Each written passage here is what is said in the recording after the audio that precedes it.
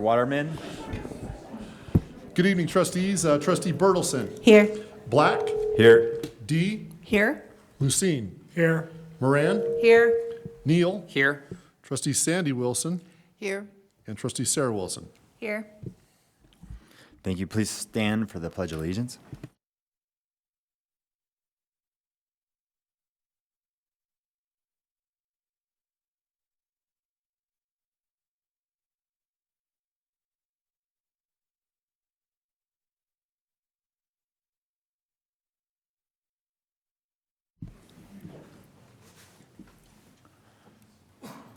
All right, thank you. Yeah, Gallatin Jazz Choir, welcome.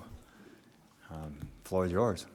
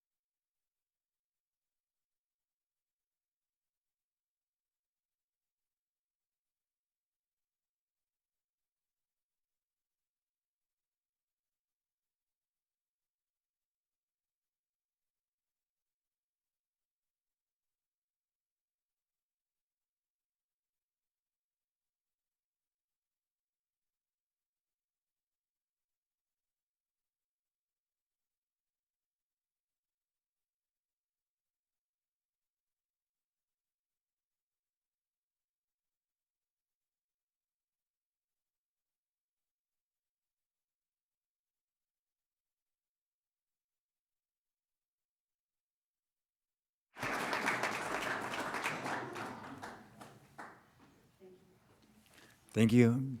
Thank you for everybody for coming. Appreciate it.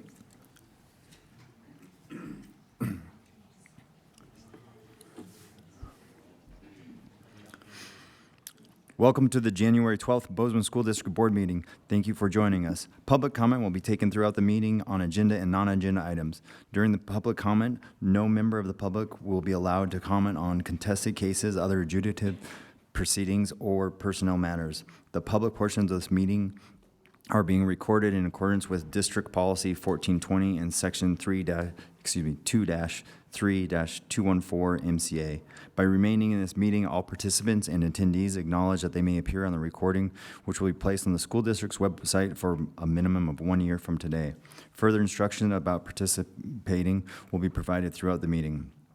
Before we engage in the business of this board, I would like to share the core purpose of Bozeman School District, which can be found on the back of our nameplates as well as to my left. It reads, Bozeman's public schools exist to ensure a high level of learning for all students.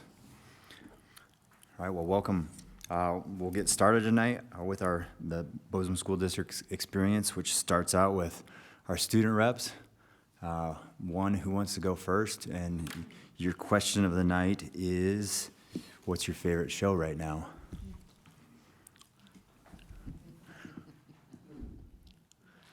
Not all at once. Bozeman High? Yeah, we'll go first. Okay. All right, thank you, guys. I'm Jenna Kiddo, and I'm the student body vice president. My name is Taylor Trudgeon, and I'm the student body president. I would probably say my favorite show is probably Stranger Things. I don't watch very many shows, so that's my top right now. Okay, so first off, I'm just going to start with some of our sports updates. For girls basketball, their record right now is 3-2. And our senior night is going to be this Friday against Billings Senior, and then on Saturday we have an away game against Skyview. And our boys basketball, their record is 2-4. They have an away game on Friday and then have a home game against Skyview on Saturday. And then girls and boys swimming had a meet last Saturday the 10th, and then have a meet on the 24th coming up. And then boys and girls wrestling, they had a tournament this past weekend in Missoula, or they have a tournament this weekend in Missoula, and they had a tournament this past weekend with Belgrade. Okay. Me and Jenna are pretty similar. I was going to say the same thing. I don't really watch many shows either, but my sister has been very into Stranger Things. I guess the new season came out, so that's been on our TV a lot. Yeah, so Bozeman High didn't have intramural basketball for a couple years there, and so we're excited that one of our Stuco members convinced Mr. Boyle to run intramurals this year, which is exciting. They start up on Wednesday. And then all of us somehow forgot to mention this last time, but we did end up going to Mask. We didn't really give you an in-depth update on that. That was back in the end of November. But we got to go to Montana Association of Student Councils. It's a conference. And there, I got an Outstanding Leadership Award for our state. And then Principal Mills, I don't know if he has been informed yet, but he actually got Administrator of our district. So that's very exciting. Yeah, so congrats on that for District 4. We've also had our winter talent show. That was the day before break. If you know, the power went out that day, actually 5 minutes into our talent show. That meant all the sound equipment, microphones, lights, everything. So there were some backup lights that went on, and we actually got to continue. A bunch of shop teachers brought in their speakers, and the librarians had this little microphone box thing that we got to use, and the show went on. Our band still played, our cheerleaders still performed, and then all the lights shut off. So we did have to evacuate for the day, but all the students got their flashlights out, and it was actually a really cool experience. So I do hope that makes the yearbook. Yeah, and that's all for Bozeman.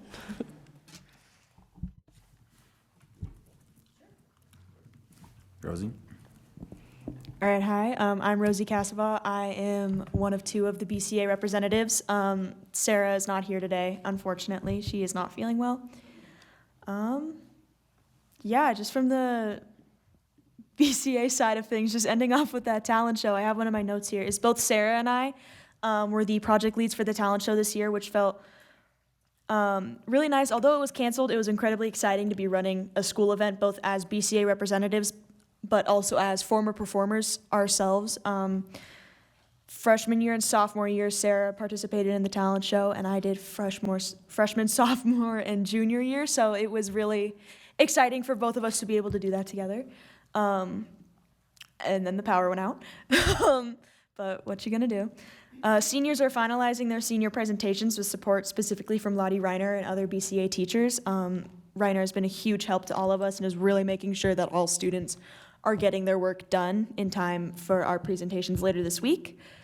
I've noticed that BHS students are asking more questions about BCA and showing interest opposed to previous years.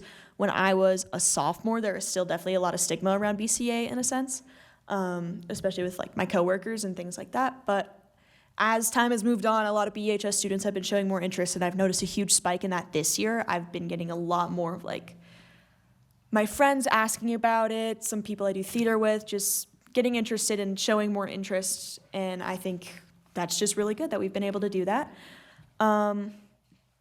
As of right now, when I sent out the email, I will be attending the Montana Principals Conference as part of a student panel on January 27th to represent BCA. Sarah might possibly be doing this. We're still going to touch base on that since she was sick today. We're wrapping up classes for the semester. The goal is to earn credits by the time the semester courses wrap up, opposed to finishing with a good grade, but rather just a passing grade to ensure that all students graduate and earn their credits. We have some new students starting at the semester at different grade levels. This is usually when we see our biggest spike in BCA student numbers, is at that semester mark, especially for the underclassmen grades who are still figuring things out and figuring out how to complete work on time. So we see a huge spike usually around then, and we have several people transferring over, someone even from GHS, which I've never heard of, which is really cool. Holiday Hawk Times before break as community celebrations had a lot of attendance, and we have some seniors presenting their English 4 outreaches during Community Hawk Times. I attended one of these to myself. I got to hold a snake for a senior presentation on why we should not be afraid of snakes. That one was really fun, and I know several other people have been going to the community room to show their presentations as a way of just reaching out to their community. Our BCA merchandise web store is ready to be shared. Sarah Powell will be sending that out to students and family, out to the student and family community here soon. January Hawk Times are focused on supporting students with getting their coursework done. The BCA late work deadline is this Friday, the 16th, which we have never done before. In the past, it used to be if you didn't complete a class, you would get an incomplete. It wouldn't affect your GPA, it wouldn't affect your grade, and it would just carry over to the next semester.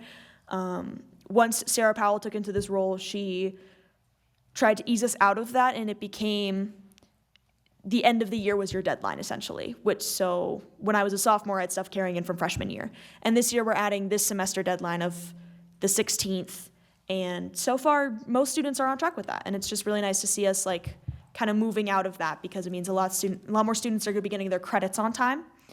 Paola is working on creating data gathering and recording mechanisms to keep track of all things BCA, community, such as community engagement, mentoring engagement, student self-reflective survey, and as of today, there are 130 students currently enrolled in BCA. Oh, and my favorite show is a very close tie between Superstore and Modern Family, but I think Superstore takes the lead.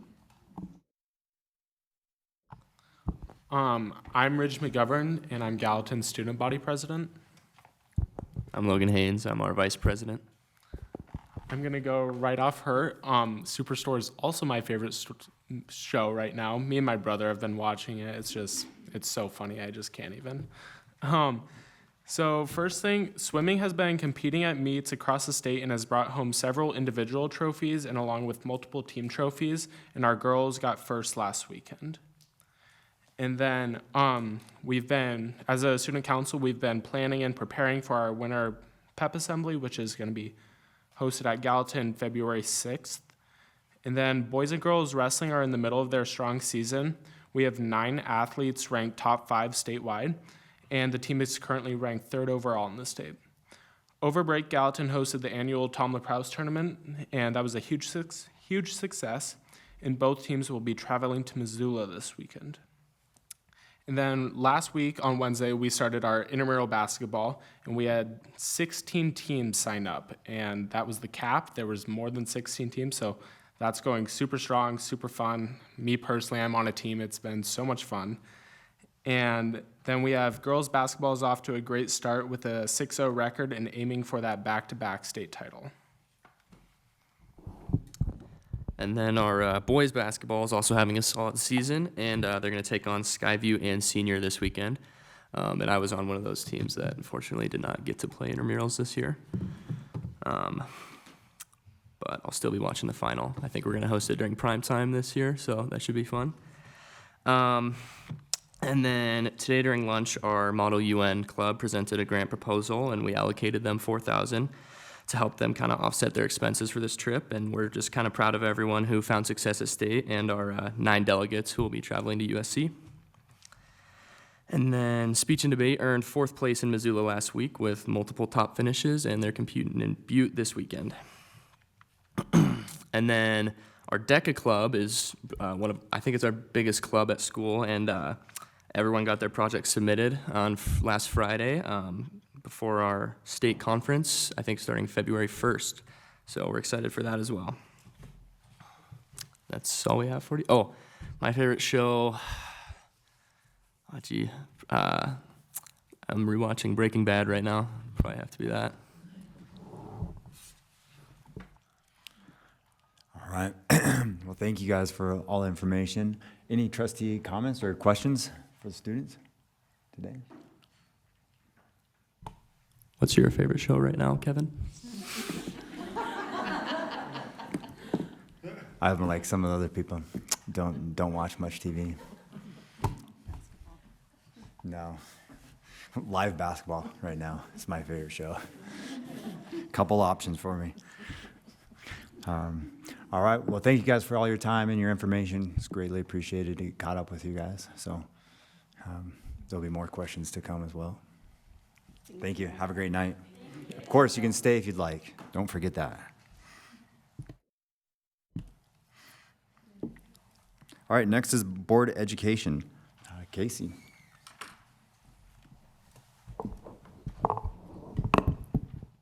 Thank you, Chair Black. Trustees, as you know, one of our long-range strategic plan goals is tied to the implementation of professional learning communities. And in support of that, we have a excellent resource in Miss Sarah Hayes, who is longtime administrator in our district and most recently at Emily Dickinson Elementary. Last 2 years has been in a role of PLC administrative coach, primarily focused on elementary and middle school the first year, and then expanding into all grade bands this school year. Doing a lot of training with our instructional cabinet, and then a lot of coaching at our sites. I won't get into all the details. She will, and give you a quick update on what she's working at this time of the year. Thanks, Sarah. Well, hello, everyone. Be here tonight to talk about the work that we're doing. I'm excited because there's so many Emily Dickinson alumni. Sarah, if you can turn on the little person and turn the green. There you go. Now everybody will now be I feel you'll be really, recorded I feel officially really now. official, okay. Your voice was very strong. So, Okay. But Okay, so I want to open just with this picture up here. And so when you look at this picture, right, like so many initiatives, and I'm sure so many different professions, especially in education, right, we see everything as silos, right? Like something's introduced and we see it as a new initiative, something new that's added to our plate, et cetera. But really, in education, so much it's all braided, it's all intertwined, and that is the goal of what I'm trying to work on across the district. So we're trying to move beyond silos, right, and think of those things not in isolation, but as a braided system. And so the focus of my work has been on braided MTSS, PLC, systems and frameworks, and then adding student investment into that. So you guys are most familiar with the long-range plan, but my 2 goal areas focus on goal area 2, which is professional learning communities, and then goal area 4, which is student well-being. If we break that down a little bit further, this specifically outlines that a little bit better. So we are working that a braided MTSS PLC system are foundational to teaching and learning, is a foundational teaching and learning framework in Bozeman School District. Along with that, student well-being, we know that that's a lot focused on mental health, and while I'm not focused on mental health, we know that when students are more engaged in their learning and what they're learning, and they're enjoying what they're learning, they know what they're learning, that whole process obviously is going to help with student well-being. So those are my primary areas of focus the last year and a half. I'm sure you've seen this graphic, right? So let's talk a little bit about just defining the 2 frameworks. So PLC, a professional learning community, is an ongoing process in which educators collaboratively work in recurring cycles of collective inquiry, okay? So every unit, they're working in this cycle that just repeats itself, and it's founded in these 4 questions, right? So when they sit down to work as a PLT, as a team, they're starting with the question of what do we want students to know and be able to do? Question number 2, how are we going to know if they know it? Question 3, what are we going to do if they don't? And question number 4, what are we going to do if they do, right? So how are we going to extend learning? So the four essential questions ground a PLC. We also have this MTSS framework, right? The umbrella of MTSS is 3 tiers. So all students fall under the MTSS umbrella. Tier 1 is our core instruction that all students receive. Tier 2 is intervention on that core instruction. And then Tier 3, gap fillers, when students struggle to gain skills and there are holes that need to be filled, then we go back and that's a Tier 3 intervention. When you look at this, and it might be a little harder to read than I thought, but you can see that there are essential actions for teacher teams, right? So at Tier 1 and Tier 2, there are essential actions that teams participate in. So like when you look at Action 1 on the right-hand side over here, the first thing they do is identify essential standards. Then they design a unit assessment plan. So that all works together into this braided system. So MTSS essential actions, identifying the essential standards, coming up with the unit assessment plan, is the work to answer the PLC essential questions. Does that make sense? So those, when we ask that essential question, what do we want students to know and be able to do, we're identifying the essential standards and then starting that work. So MTSS actions are the work to answer PLC questions. That's how they're braided. This helps a little bit because when we look at essential standards, that doesn't mean that we're just, okay, let's step back for 1 second. Let's define essential standards, right? So every content area has standards. We've determined across the district, K-12, every grade level, every subject area, what are the essential standards, those standards we want all students to be proficient in. There are many, many standards.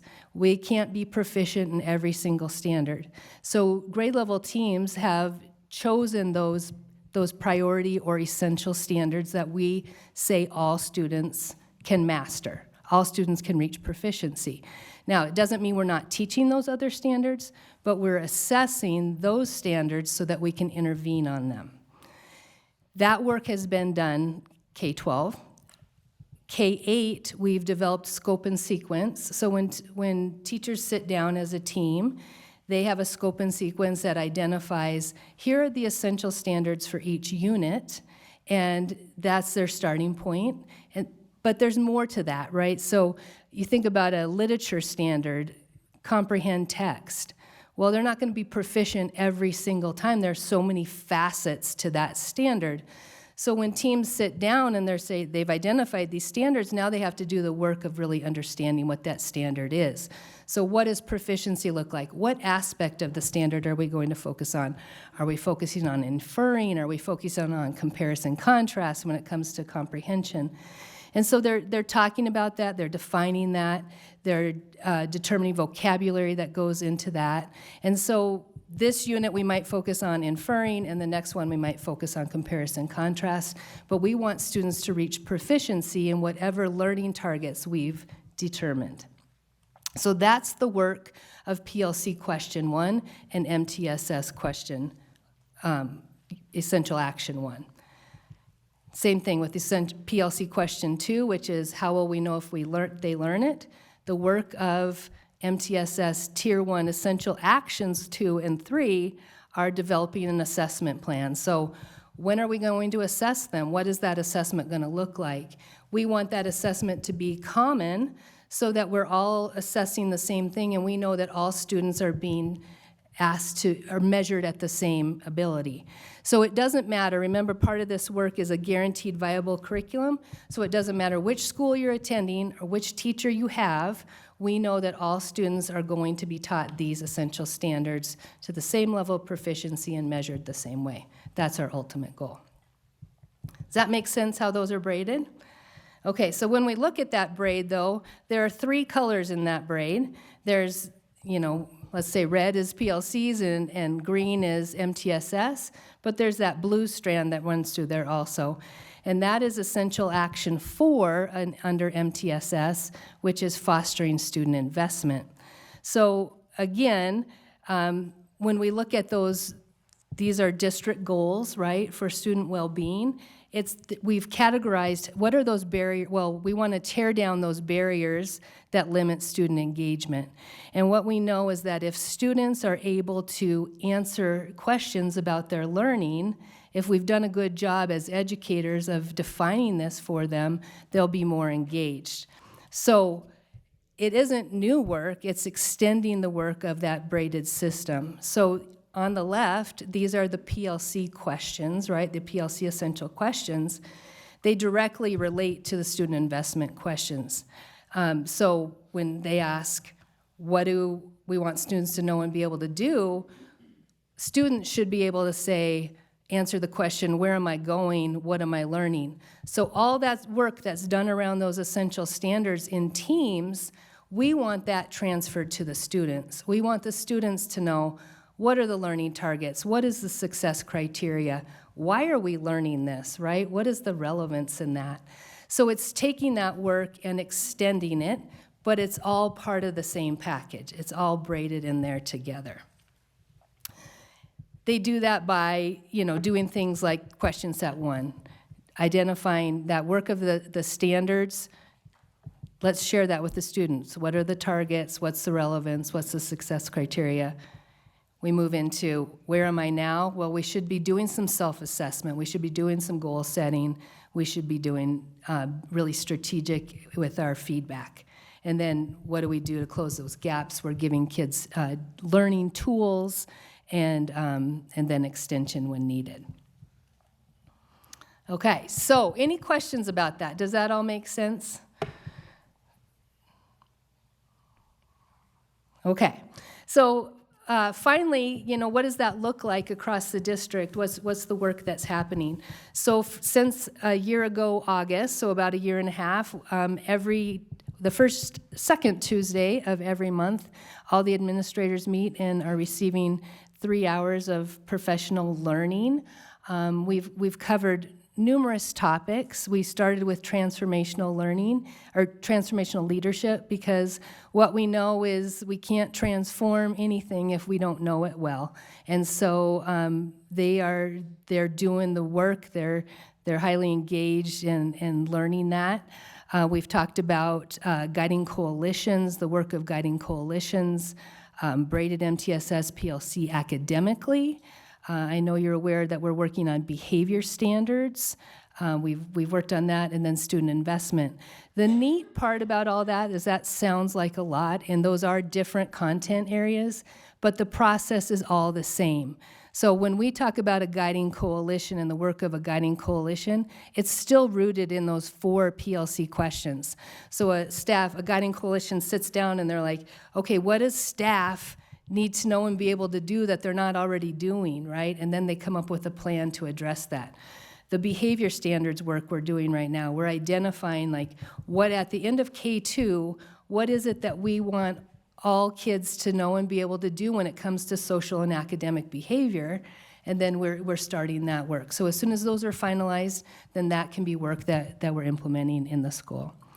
To follow that up, that professional learning, the principals have LRSP goals and action planning documents that they're working on.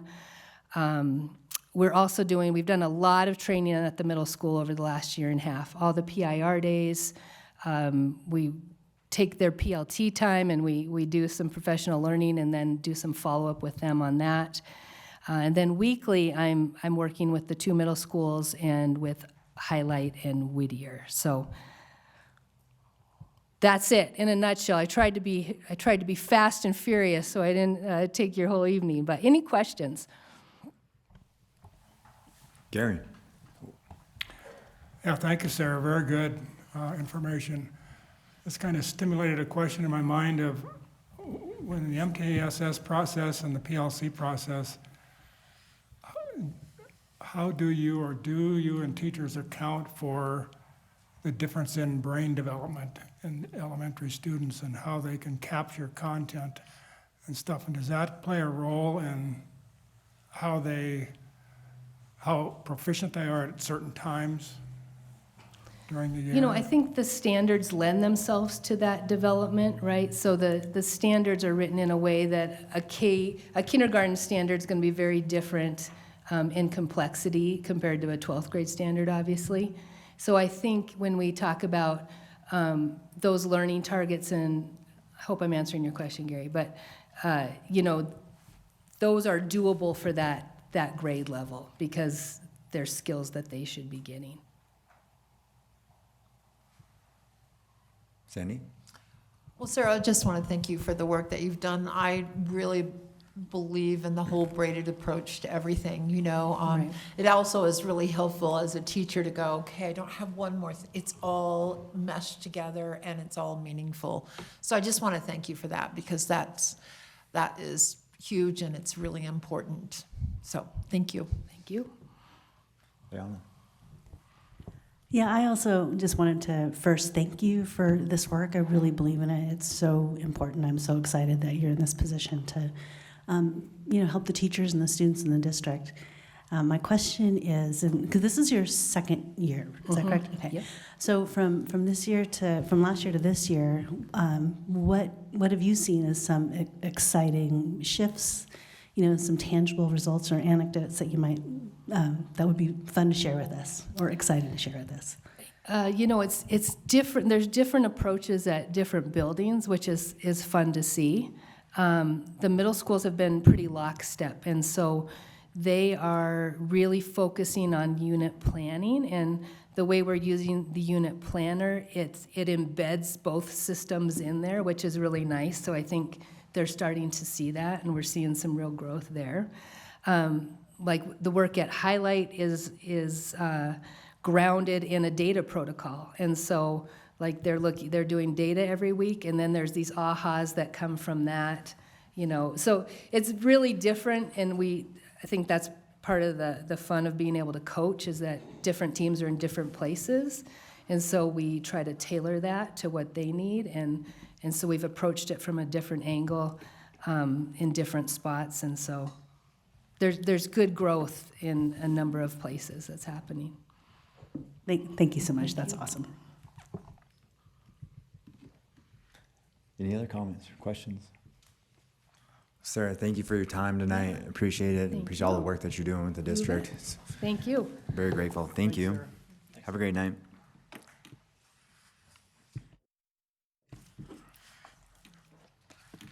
Next up, 2.3, recognition and awards. 2.3.1, 2025 Model United Nations Program Recognition. I think it's Lexi Davis and Logan Yates, come on up. And then if you want to have your students come up as well, they're welcome to. And then when you're using the mic, just push the green or the button on the right. And then for students, if you're standing behind a column, if you could maybe come a little bit forward or in front of the column, that would be, we'd be grateful for that.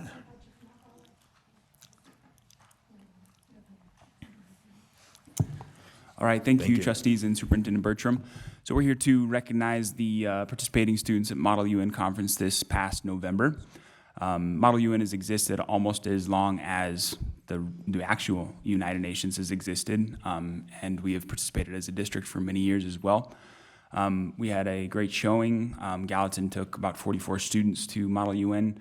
We had multiple students achieve the top award, and we won the top award for large delegation. I just want to give a shout out to especially the student leaders, but all the participants. They were extremely coordinated and motivated and did an amazing job in all aspects of planning and implementation of this club. So huge congratulations to them. And Bozeman High did not take as many. We had just under 20, and we had 3 get some sort of honorable shout out. So Gracie Dice and Gigi Smith, both were honorable delegates. Alexandra Hansen was a distinguished delegate, and then we had a couple, so they have to write position papers before they can go to the conference. And Gracie and Alexandra both were recognized for their position papers, and Alexandra also got top 5 senior of all the seniors at Model UN Montana, and so she received a scholarship for that as well.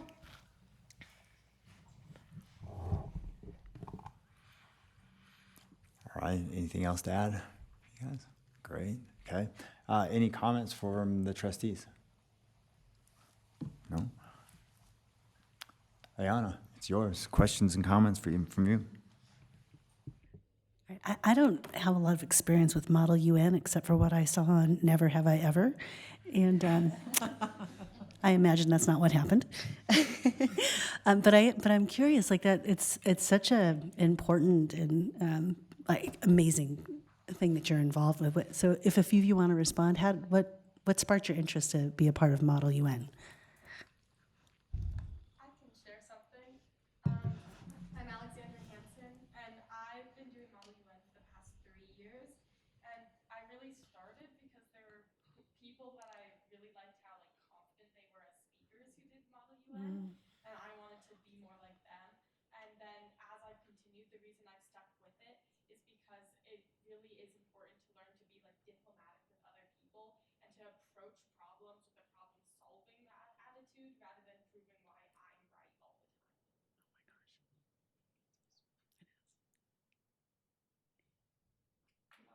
I'll say that for me, I joined my sophomore year, and Model UN was a way for me to really gain communication skills, but also to learn more about international affairs.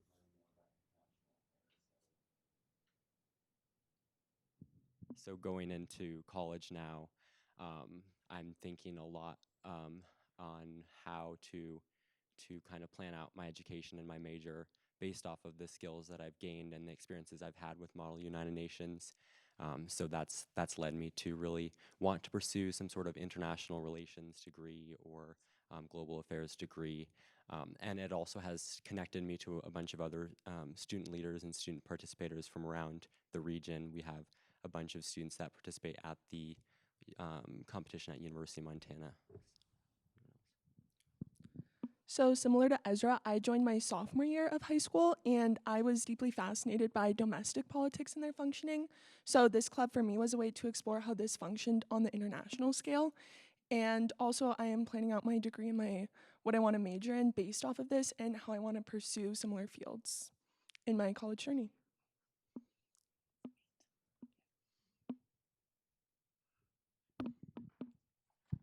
Well, that is so impressive. And anyone in this room who is not super familiar being around teenagers, this is what makes me so hopeful about the future. I really appreciate your responses and your thoughtfulness.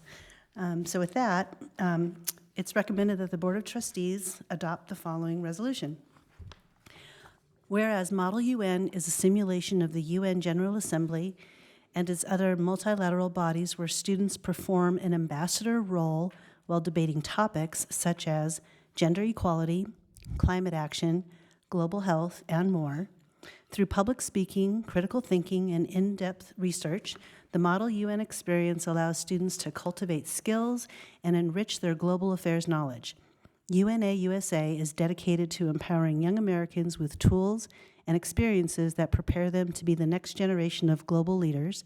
And whereas the Bozeman High and Gallatin High School MUN teams participated in the Montana Model UN High School Conference, Montana MUN, and whereas the Gallatin High School team was named Best Large Delegation at Montana MUN, and whereas students from both schools earned individual honors for excellence in debate, representation, and position papers at the conference. Bozeman High School, Gracie Dice, Honorable Delegate, Top 20%, and Honorable Position Paper, Top 20%.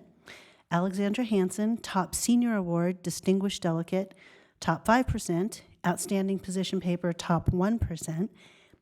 Jillian Smith, Honorable Delegate, Top 20%. Gallatin High School, Victoria Bender, Honorable Position Paper, Top 20%. Kai Braun, Distinguished Delegate, Top 5%. Distinguished Position Paper, Top 5%. Anna Page Elwell, Honorable Delegate, Top 20%. Honorable Position Paper, Top 20%. Ezra Graham, Top Senior Award, Outstanding Delegate, Top 1%. Elena Jiang, Honorable Delegate, Top 20%. Kayla Lobb, Outstanding Delegate, Top 1%, Distinguished Position Paper, Top 5%. Tess Levin, Distinguished Position Paper, Top 5%. Rhea Lowe, Top Senior Award, Outstanding Delegate, Top 1%, Distinguished Position Paper, Top 5%. Kenzie Lufer, Honorable Delegate, Top 20%. Maya Maginito, Distinguished Position Paper, Top 5%. Miles Menders, Distinguished Delegate, Top 5%. Lola Pizzado Smith, Honorable Delegate, Top 20%. Helen Rafe, Honorable Delegate, Top 20%. Distinguished Position Paper, Top 5%. Hannah Ruprecht, Honorable Position Paper, Top 20%. Finley Samuels, Honorable Delegate, Top 20%. Gavin Shiver, Distinguished Position Paper, Top 5%. Ada Stern, Honorable Delegate, Top 20%.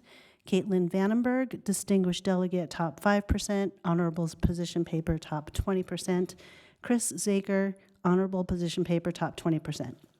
Therefore, be it resolved that the Board of Trustees formally recognizes and honors the above-named students for their outstanding achievements at the 2025 Montana Model United Nations High School Conference and commends them for their academic excellence, leadership, and commitment to global citizenship. Second. Motion made by Trustee Bertelson, seconded by Trustee D. Any public comment? All those in favor? Motion passes 8-0. Thank you and congratulations to all of you. Oh, yeah. And then if you guys can come up here and right in here, we'll take a quick picture. I wear my tall boots. I wear my tall boots so I'd be big. Still not big.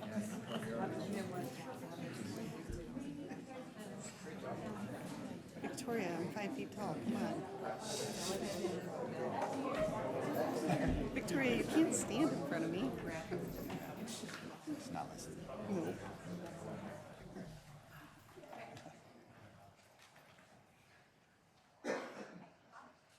Thank you guys. Thank you very much. Congratulations. Congratulations. You have to fight it. I'm sorry. Everybody needs to hear that.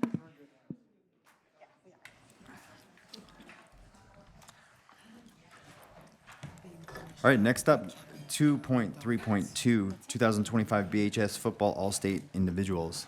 Mr. Ader.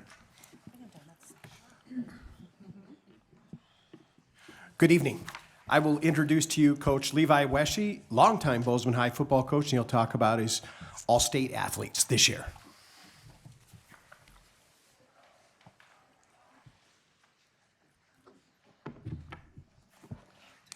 Yeah, grab a seat, bud. Thank you for having me. And I appreciate this opportunity to talk about not only our two all-state players, but our team. Just a real quick kind of summary of what happened this year for the Bozeman Hawks.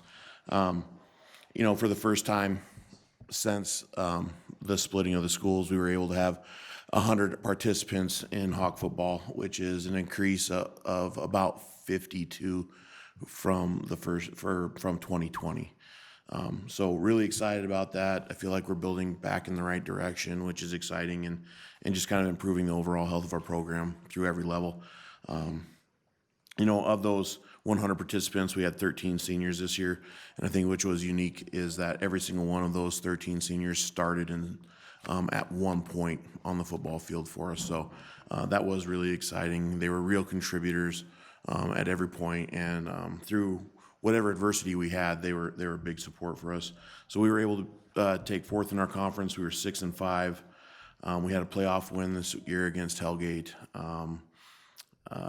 We had 41 academic all-state honorees, which was over 2/3 of our playoff roster. And then we also had 3 players selected to the Shrine Game out of that 13 seniors, which is exciting. We had 7 overall all-state selections. And then the one thing I would just like to say is that even though they're not here right now and only have Van, and only Evan was our other first-team all-state player, and he couldn't be here tonight because he's ill. But you know, the awards that these guys got, those aren't just of individual awards, they're team awards.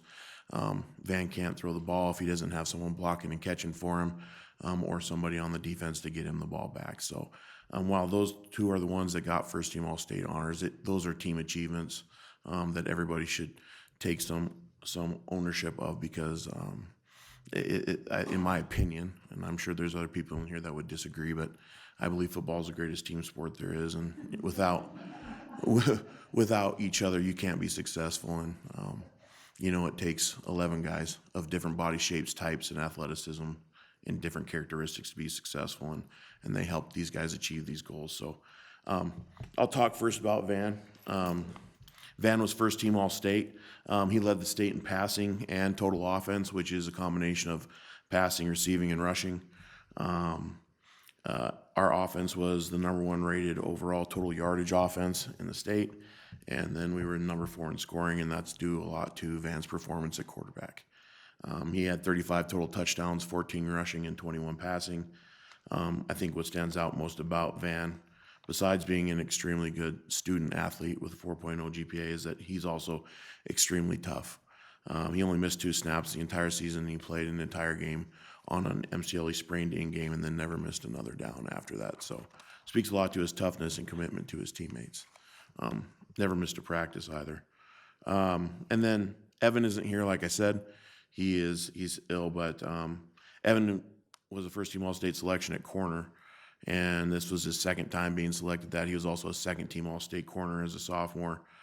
He allowed 3 total receptions throughout the entire season, and only had about 15 total targets, which means people were throwing the other way because that's how special he is.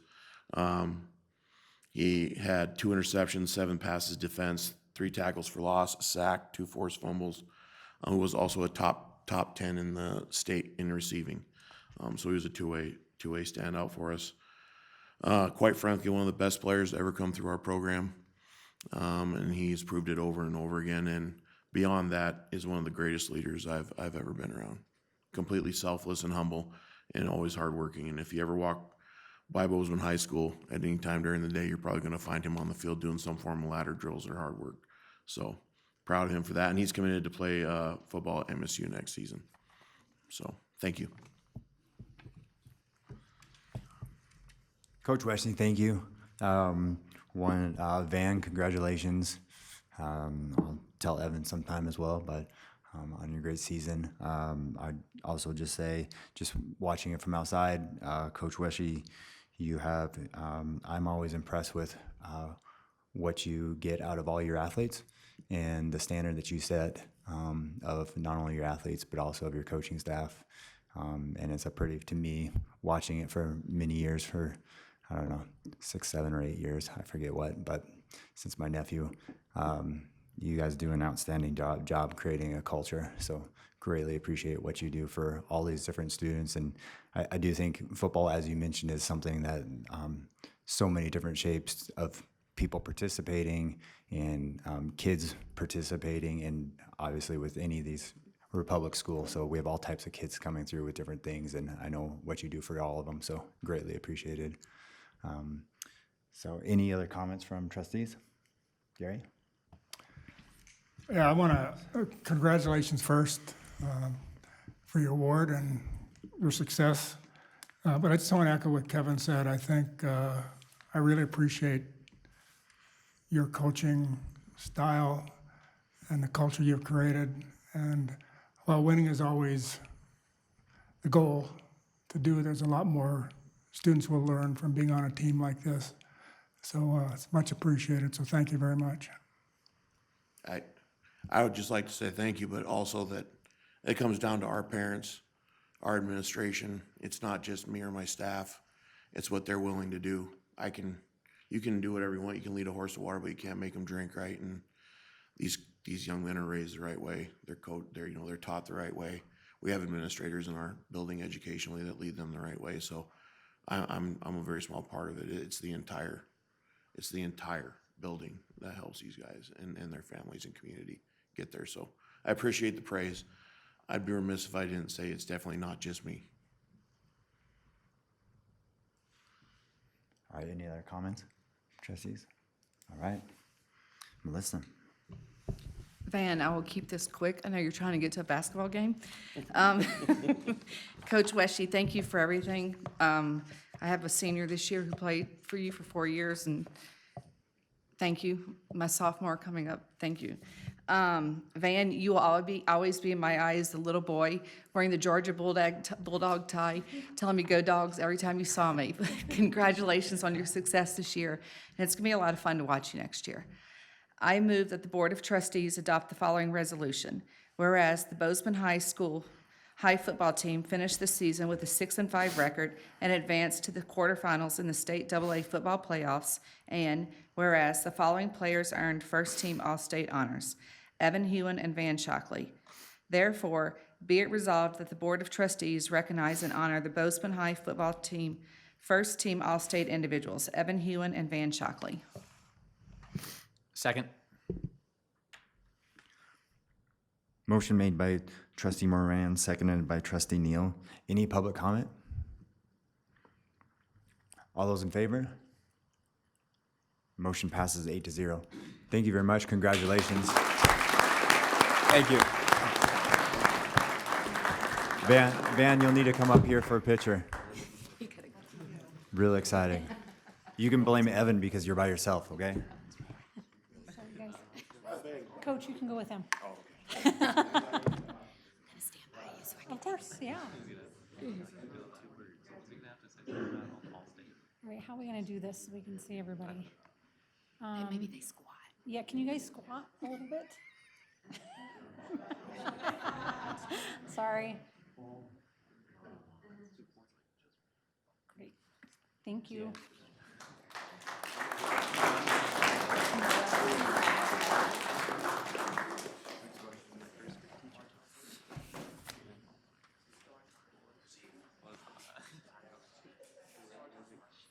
Light.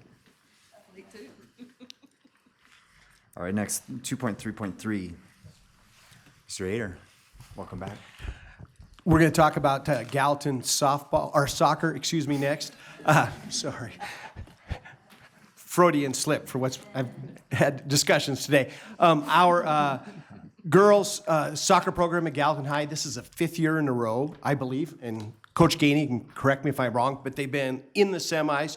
3rd time they've been in the championships. So once Gallatin High girls soccer started, they've been very successful.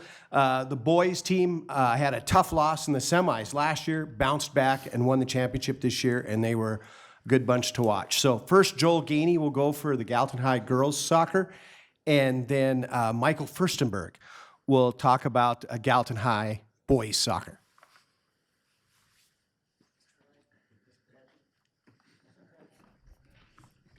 I would like to be on record saying that soccer is in fact the best team sport in the world. But everyone's entitled to their opinion. Girls had a great season again this year. We lost 9 seniors, I believe, last year, so a big loss, and a lot of them playing big roles. And we knew going into the season that we were going to have to work really hard, and that's what we did. We worked really hard and had another great and successful season, and successful on the field, but also off.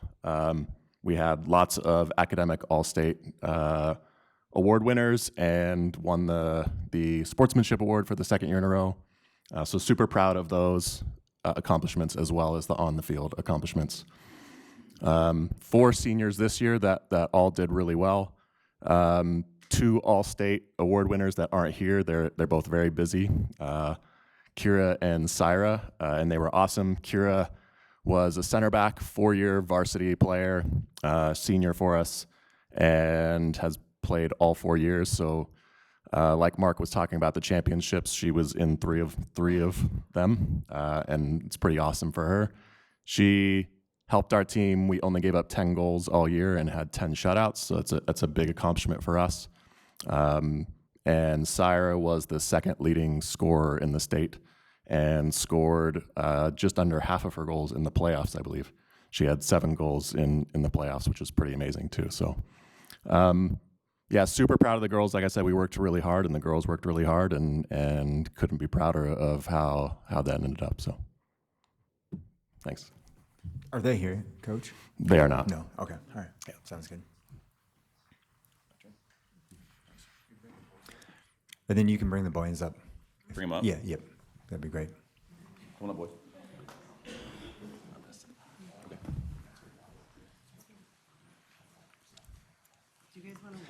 And you guys can come around. You can move this chair. You just can't be behind a column. There's some space over here too. Unless you guys don't like these guys over here. All right. So this season is the first season we were able to go to our final, and we ended up winning our final. What's special about this group is the seniors this year started the program for us 4 years ago. So after 4 years, we've gone from winning about 35% of games to winning about 85% of games. Final record of 40, what was it, 45? 62, I don't know, a lot. 45 wins, 14 losses, 4 ties, 2 conference championships, 3 semifinal appearances, and a state final in those 4 seasons. So these boys aren't just a group of talented young men, but also a group of leaders paving the way going into future process of our program. So for you guys, once again, well done. Out of our top 12 players that were seeing the most playing time, I believe 10 of them won either all-state or all-conference awards. So again, just showing up, leading the way, and stepping into positions that have been not shown for us yet, and doing a great job with it. Logan, where you at? There you are. I'll get it one day. Logan, senior, captain, center defensive mid for us. Just a solid piece of infrastructure for us in the middle of the field. He really enjoys scoring goals against Bozeman.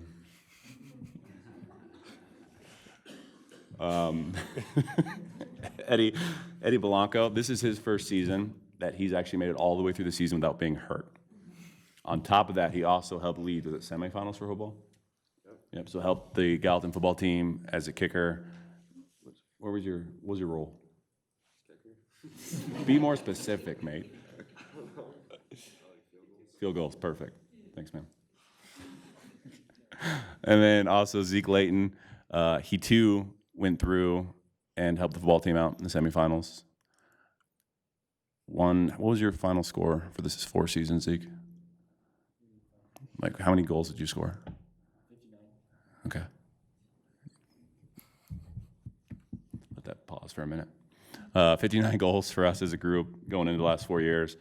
And then also won All-State Player of the Year for us this season too. So Zeke, Eddie, and Logan, top candidates for All-State. and everyone else who won all conference and honorable mentions. I see Holt. Killed it.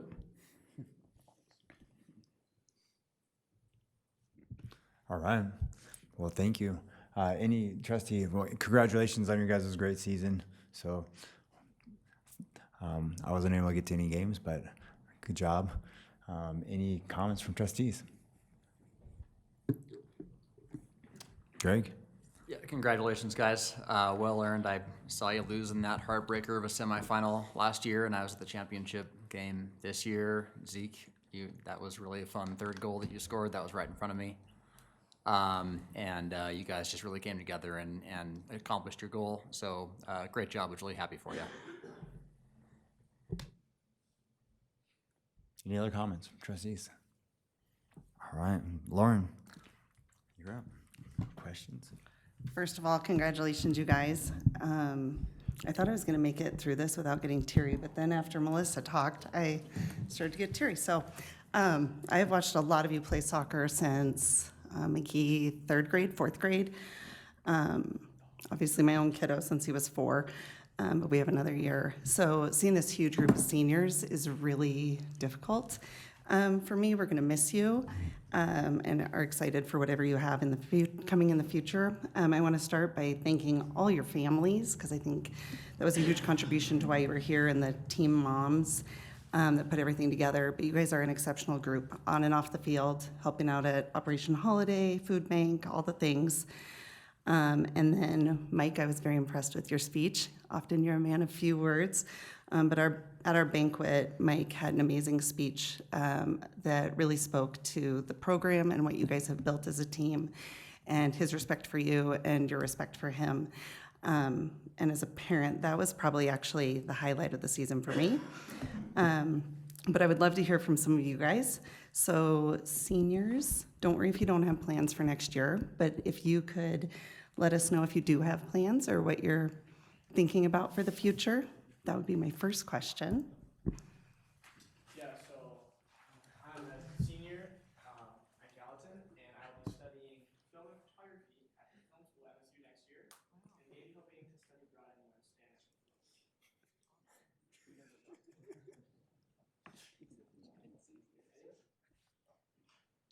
I'm not sure which college I'm going to, but I'm going to try and kick in college football through ROTC and then go to the military after. I'm going to go to MSU and I'm going to pursue a degree in engineering. I don't know what specific field of engineering yet, but I'm also going to MSU pursuing mechanical engineering and maybe joining their club team there for soccer as well. I'm Noah. I'm also going to MSU, probably pursuing engineering. I'll play on the club team as well. I'm Alex, and unsure of where I'm going at the moment, but I want to go play soccer in college, along with studying psychology or physical therapy. What is me? I'm Zeke, and I'm a senior. I don't know where I'm going yet for college, but I'm looking to play soccer as well. And yeah, I don't know what I'm studying yet. Thank you, guys. And then my one other question, which I'm sure for all of you, maybe winning the state championship is the highlight. But what are some other highlights or like memories, like seniors that you're going to go away with, or younger players that left a lasting impression on your first couple seasons? Probably bus drives after a big win, playing loud music, and sometimes tickling.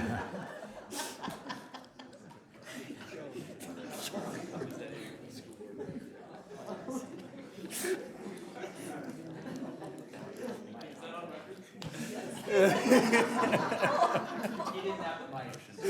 Oh, thank goodness. Don't pass the mic around. Anybody want to follow that up? Anyone want to add on to Elijah's? Or does that speak for all? Better. All right, well, congratulations. It was an amazing season. It was a lot of fun to watch. It was also fun to cheer on our couple soccer/football players. And I look forward to seeing seniors, what you do in the future, and to the rest of you, I'm excited to see next year. So without further ado, I am honored to present this award. It is recommended that the Board of Trustees adopt the following resolution, whereas the Gallatin High boys and girls soccer teams qualified for the 2025 AA state playoffs, and whereas the Gallatin High boys team finished as state champions. Team members include Elijah Bonson, Eddie Belanco, Noah Barnes, Holt D., Alex Giannikis, Max Graham, Zeke Layton, Logan McBride, Brendan McConville, Noah McGee, Drew Muller-Liley, Reese Nolan, Nico Pito, Will Primrose, Walter Rivera, Wade Stolman, and Oliver Svensrud. And whereas earning first-team All-State honors are Eddie Belanco, Zeke Layton, Logan McBride, Syra Mahmood, Kira Tsukamoto. Therefore, be it resolved, the Board of Trustees recognize and honor the 2025 Gallatin High Boys State Championship Soccer Team and Gallatin High All-State individuals, Eddie Belanco, Zeke Layton, Logan McBride, Syra Mahmood, and Kira Tsukamoto. Second. Motion made by trustee D, seconded by trustee Lysine. Any public comment? All those in favor? Motion passes 8-0. Congratulations.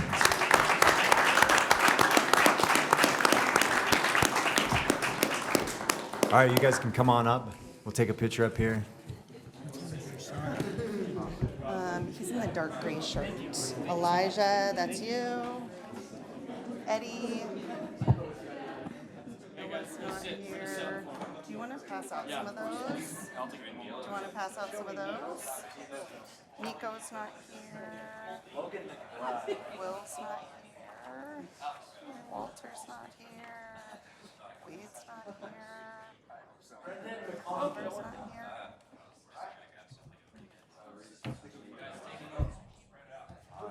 You guys might want to move over here a little bit. There's a couple of you guys over here. Come over here.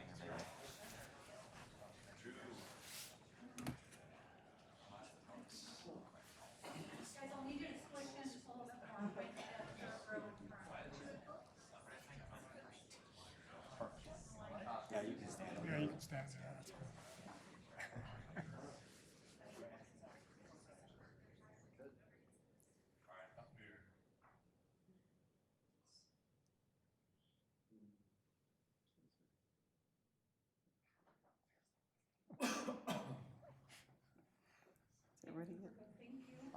Thank you guys very much. Congratulations. Thank you. I'm gonna go give these to you.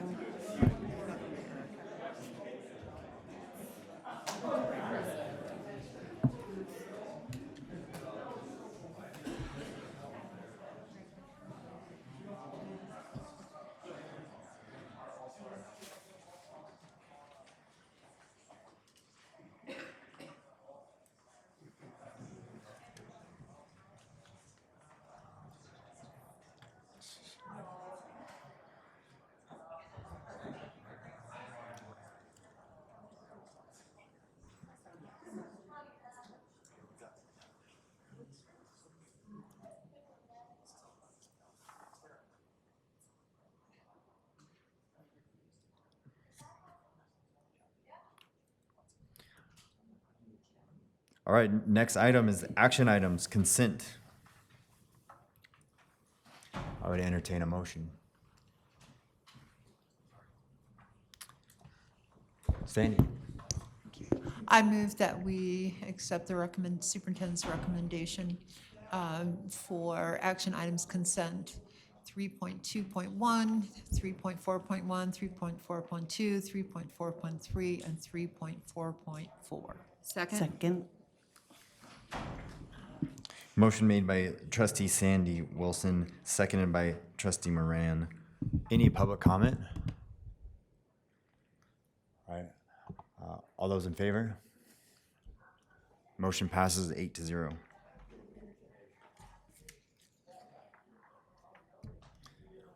All right, next, we have no action items to, in 4, so next item is board discussion, 5.2, 2025-26 superintendent evaluation summative discussion. You have it? I'll take it. All right. Vice Chair D and I bring the summative discussion component of the superintendent evaluation tonight after conducting 2 formative evaluations since the start of the current superintendent employment contract. Thank you to all trustees for completing and submitting the summative evaluation rubric. The purpose of tonight's board discussion is to formally, publicly, and transparently evaluate Superintendent Bertram's job performance. Superintendent Bertram is choosing to waive his right to privacy for evaluation basis on his personal belief that his position as superintendent is a position of public trust, and he feels the public's right to know outweighs his right for privacy. Please remember that evaluating the superintendent's job performance is one of the primary responsibilities, and we are tasked as a school board. It is human nature to hesitate about giving critical feedback, especially in an open meeting. You are encouraged not to hesitate and communicate during the board meeting discussion, and the full scope of your thoughts about Superintendent Bertram's job performance based on standards in the evaluation and everything else that's on your mind. This is a final step of the annual superintendent evaluation process. Superintendent Bertram has communicated to the board leadership that he is requesting a 1-year contract extension to maintain a 3-year contract, which is the maximum allowed by law for school years 2026, 27, 27, 28, 28, and 29. The requested contract revision will not be decided during tonight's discussion, but instead considered for future action in meetings, pending the outcome of tonight's board discussion. So I will open it up. We've all had opportunity to not only look through all the information, I guess also, Casey, for you, if there's something that you want to highlight to begin with, or we're going to open it up with conversation. Thank you, Chair Black. I would just quickly mention that I appreciate all of you taking the time to give detailed feedback on not only the 10 individual standard areas, but also the general comments. I feel I pinch myself all the time that I'm in this role and surrounded by this group of trustees and my executive team and administrative staff, teachers on down the line. There's no better system providing public education that I'm aware of. More and more, I know that my primary job description is the moving the LRSP forward. It still fuels me. I'm still passionate about all students, and all meaning all. And I know that we have lofty goals, but we also have robust action plans and the right people in place and the right systems in place to move those forward. But more and more, I feel like my role is in building leaders. And I presented to MSU graduating seniors the other day, and I tend to land on 2 things that get me up in the morning. And one is adding value to others, whether that's my leadership team that I'm working with or extended administrative team, and then leaving the system better than I found it. And I feel like with the team that we have in place, we are putting so many things in cement, in policy, in cement, in handbooks, in cement, in systems, in Power School, that my leadership team can walk away and this community is in good hands with what's left behind. So I feel proud of the work, I feel humbled by the opportunity, and I thank you for spending time on the evaluation. Thank you. We'll start off with any trustee comments. So, Leanna? So I wrote a lot of things, but I think I just want to speak plainly, Casey, about just what I feel and what I've noticed. So I remember when we went through the process of hiring you, and then here we are today. And I know you've read everything that I wrote, so I don't want to repeat any of that. And not only do I appreciate your leadership, but just to watch how you've grown into this leadership position has been an amazing journey for me to watch and to see that trust build, like seeing how you were. And we knew you were a good person like that. Undoubtedly, we knew you were a good person, but just your development over the years, and to build that faith and trust in you both personally, and then to see the team that you've developed. I feel so privileged that we get to work in tandem with you as a community, and I appreciate how much you've taken the lead and everything that you bring. So thank you.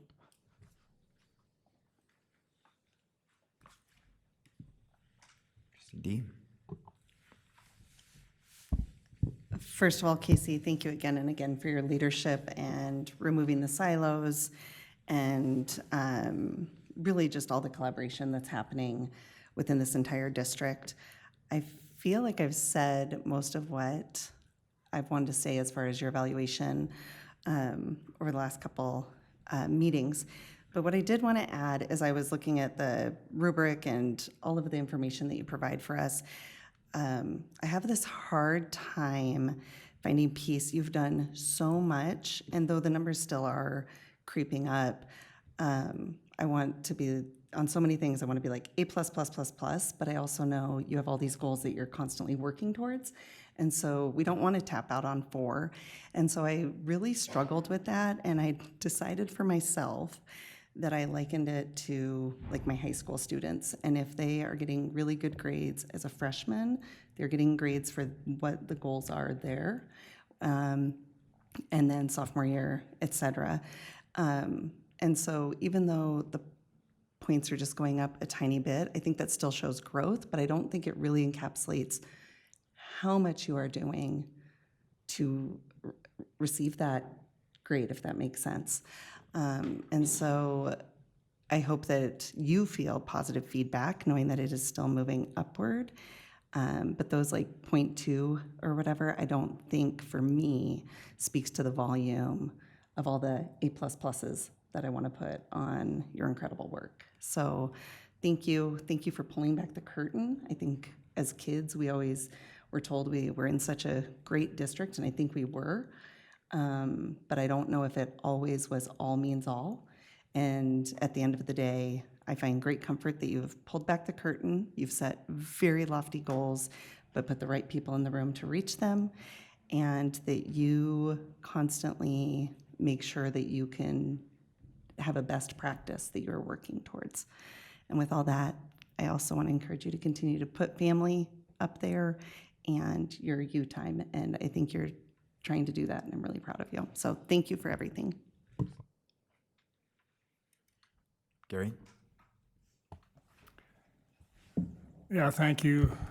Casey, I agree with the comments that have already been said. And there's 2 things just in general that come to my mind.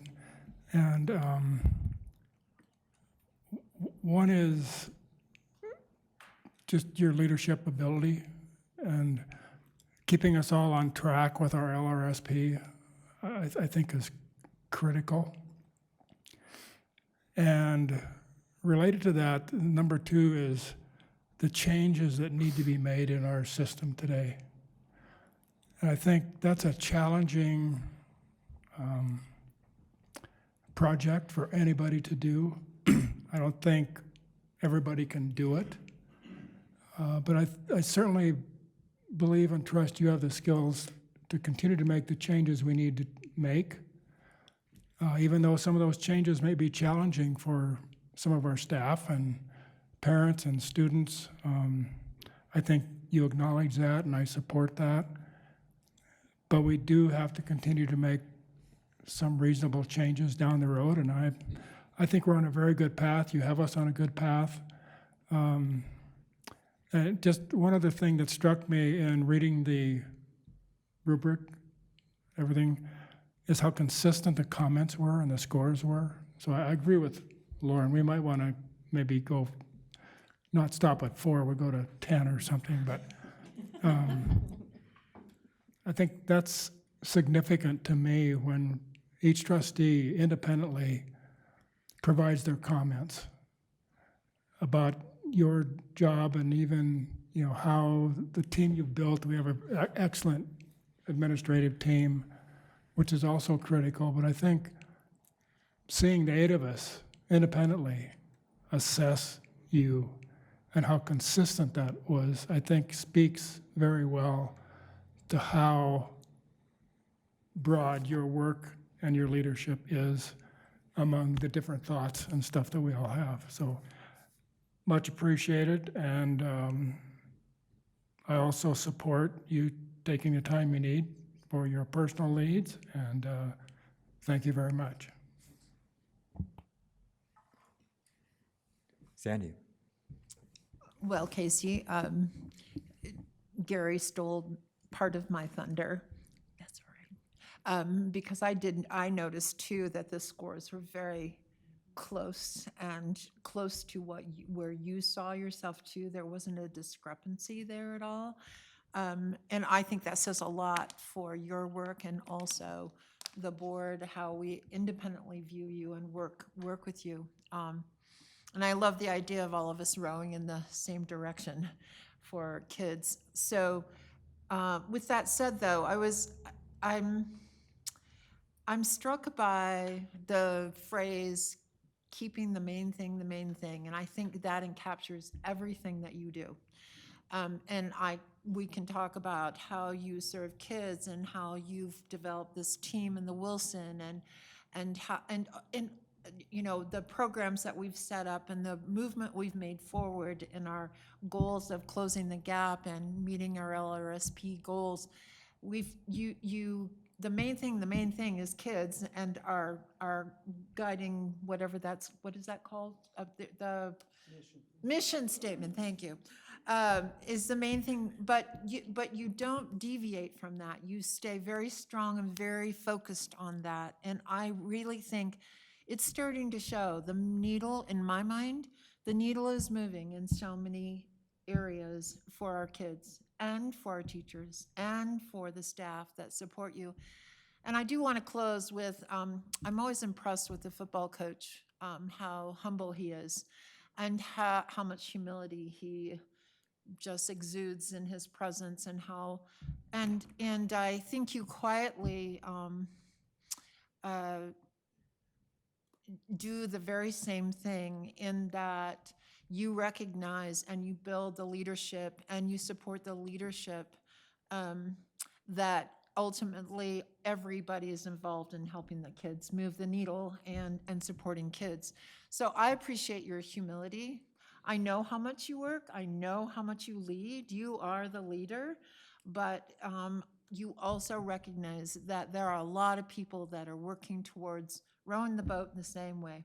Wilson, the boat, or I mean the board, the teachers, the staff, and so that's the piece. Those are the two pieces that I really appreciate, is your humility in building leadership and supporting leadership and keeping the main, I'm going to add an S to thing, the main things, right, in our district, and I really appreciate that. I've been on the board for, I think I'm coming up on 12 years, and I'm so proud of where we are and where you and everybody that works with you have done for our kids up to this point. Thank you. Greg. Yep, great job, Casey, as usual. I think one of the beautiful things about this evaluation tool is when we have a high-performing superintendent, there's not quite so much burden on us to be able to come up with things to say. Because the proof is in the pudding. And you do continue to move the needle, and you and the school board and executive cabinet, and from there is rowing the boat in the same direction. And it hasn't always been that way. And because I have perspective from the time that I've been on this board, I just have a really high appreciation for you continuing to move us forward and continuing to make progress towards professional goals and adhere to the LRSP and just keep everything on track. And we couldn't be doing this obviously without you, which is why it's so important for you to take to heart what Trustee D said and continue to do a good job of no shame in taking care of yourself and your family, and that comes first in any job, comes first in my job, and it needs to continue to come first in your job as well. So great job. Thanks for everything.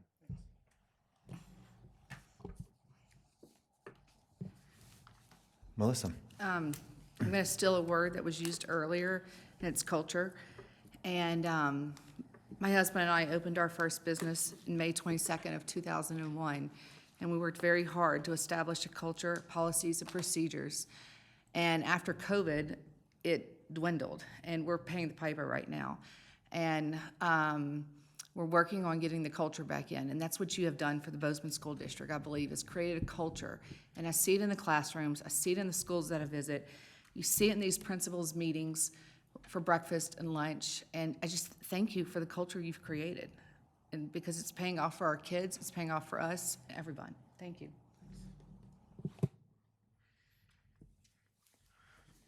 All right. Well, Casey, many things have been said. Just grateful for the relationships that you've created with the board, with myself as well, individually. I think, like, looking at the evaluation and the rubrics, one thing that comes to mind is just communication. You have to be able to communicate to the 8 of us. You put a lot of information in there, but your ability to communicate to the 8 of us and help us understand the day-to-day stuff, because we're not there every day. And luckily for you, we're not there every day, as well as the teachers and everybody else. But you still give us enough information that we're able to provide great, or hopefully strong feedback to you. But again, to me, that's a reflection of your great ability to communicate, and also setting that standard for everybody else that you work with within your team. So that's appreciated. I do believe in, I've said it before, is I appreciate, yes, we have challenges based on how we're funded and all these other different things that we do not have control over. And what I admire the most about you is that you continue to just say, okay, this is our system. How do we make it better? With what we have, how can we continue to do the best for the students? And I think that ties back to, it was 2 years ago, or 2.5 years ago, of going through the LRSP and making a mission statement that's, I didn't count it off the top, but 8 words. Very simplistic, something everybody can grasp onto and understand and look at. And same thing with as we go down the other items. And now it's given you the opportunity and the ability to go ahead and implement things as they tie to that, and not make it I remember the documents that used to come out prior to this. We'd have 2 or 3 pages trying to tell everybody what we were doing, and now we have 1 page. So I think by you setting that tone, it's made these situations, or every year that you've been doing things, a little bit easier. Still plenty of things to do, but just greatly appreciate all those things that you've put into place to be able to be at this point, at this time, and just build, again, I think, a reflection of your team. We have a great team, and I look all the way down the line. I think probably the biggest challenge is going to be to continue to be that we have a lot of employees as well. And how do we get, whether it's the 10% or the 20%, moving in the same direction of everybody else and supporting that? Because like some of the words that I've heard tonight, it's, those are everything that we say yes to. And then what we see, there's still places where we go to schools or whatever, where we know that, that's not exactly what we want. And I know that's not what you want, but how do we as a group continue to get to that? And that's obviously with your leadership, and I know we can get there, but greatly appreciate all the things that you're doing for our district, and Montana schools as well, because you have a great impact on that. So appreciate all your efforts and everything that you're doing. Any other comments, questions? All right. Well, again, Casey, thanks for your time on this. Thanks for putting all the information into it. We greatly appreciate you and everything that you're doing for us.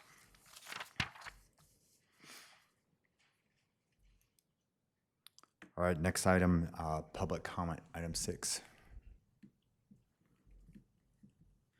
All right, I won't read that since nobody's here. Item 7, reports. 7.1, executive cabinet reports. Huh? I know that they're here, but I don't have to, if they're not coming public comment, they're not gonna, I don't need to read it.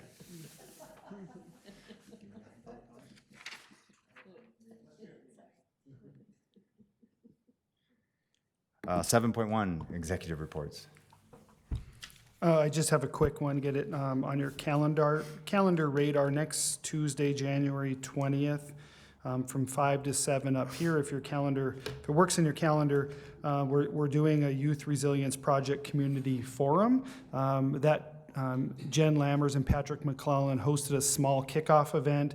This will be a little more detailed in terms of if you want to wrap your mind around what all the Youth Resiliency Project is. We're going to be talking about that up here, as well as opportunities to get involved in that project. Yep, Tuesday, January 20, 5 to 7, right here in the boardroom. Lori will add it to the trustee calendar of events. Mike? You good? Yep. Trustees, I want to bring to your attention the School Funding Interim Commission meets tomorrow by Zoom 8 to 5. It's going to actually be an interesting meeting.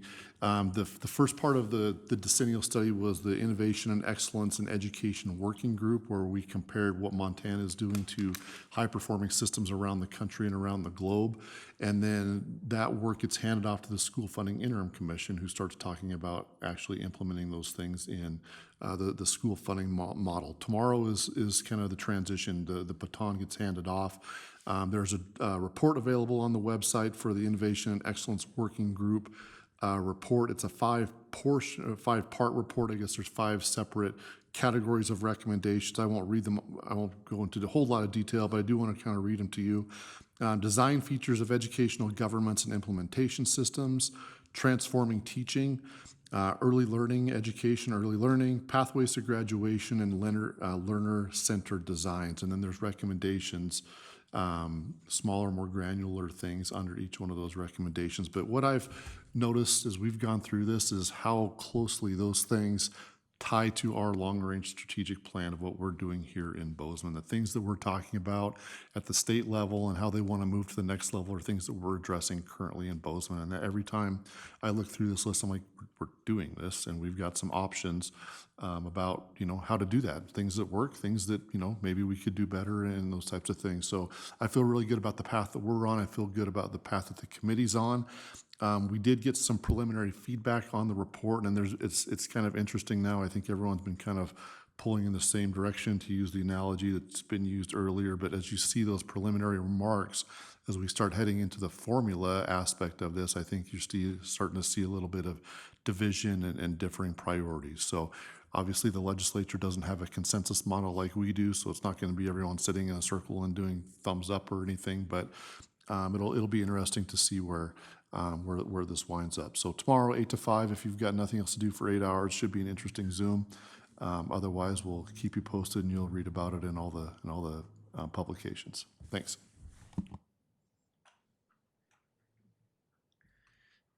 Any other reports? Thank you. All right. 7.2, Board Trustee Requests Calendar Concerns Reports, Future Agenda Items. Gary. Yeah, I want to follow up on Mike's comments on the School Funding Interim Commission meeting tomorrow. I will be on that meeting all day, planning on testifying, public comment. I've read the full NCE report. It's 51 pages. I believe it's a very good report. They actually have their time frame to put things together is the same time frame I had in my mind, which is 10 years. So what the challenge is for the group, in my view, is making sure they put together a formal commission and fund it appropriately, staff it appropriately, have the meetings well facilitated so we can really dig into a lot of the things they have to discuss. So I think there's going to be more questions tomorrow on a lot of the topics on how do we fund that. I hope the group can kind of separate that a little bit of Because I think that it's going to be challenging going through the funding formula, trying to fund the things that have been identified that need to be funding, and they need to be, I think, discussed further. So I think just my view of the group is I think it's a pretty good group of people on the commission, and I think there will be some difference of opinions, particularly when it comes to funding. And I think that's why they need to hear voices. So I would highly encourage anybody that's interested in engaging in this process to, and if you have any questions, please let me know. Because as they go through phase 2, which is the funding formula stuff, we'll learn more about what the different people are thinking about funding and what they need to fund and how much they're going to fund. And there's just a lot of factors that I think a formal commission can really help lay out, just like Nevada's done and Maryland and other states have done. I don't want us to miss this opportunity in this state to put something together. So if anybody wants to join in and have your voice heard, let me know. Thanks. Sandy, Oh, you have your microphone on. Is that? I just want to say that right before break, I went to the Gallatin High, and the only reason why I remember to say this is a lot of the kids that were up singing for us tonight. I went to their gala. Oh my gosh, the talent that we have in this district, in the music world, was unbelievable. So I just wanted to give a shout out to them. I was at Gallatin High. Thank you. Greg? A month ago today, I attended the Irving holiday party. It was also outstanding. Kindergartners all the way through fifth graders all sang 3 songs apiece. Took about an hour. Ms. Westfall did a good job facilitating. A lot of parents there. It was well attended. So yeah, that's it. Thank you. Along those notes, literally along those notes, on the 15th of December, I attended the Whittier holiday performance. And then the next night, I attended my son's holiday performance. And then that following Thursday, I attended the Meadowlark performance. So I got to hear the D minor scale 3 times. It was exceptional each and every time, but I have to say that both of the 2 choirs that I got to watch were exceptional, and was able to email their choir directors and tell them how much I appreciated my time. Thank you. Ayana? I also went to some holiday performances at CJ. You'll remember the name of this, Lauren, where they were in their classrooms and then they went and sang in the hallways. It was super sweet. What are those called? Informances. Informances, yes. So then each class got to perform something. So that was really wonderful to see. And then I went to Morning Star.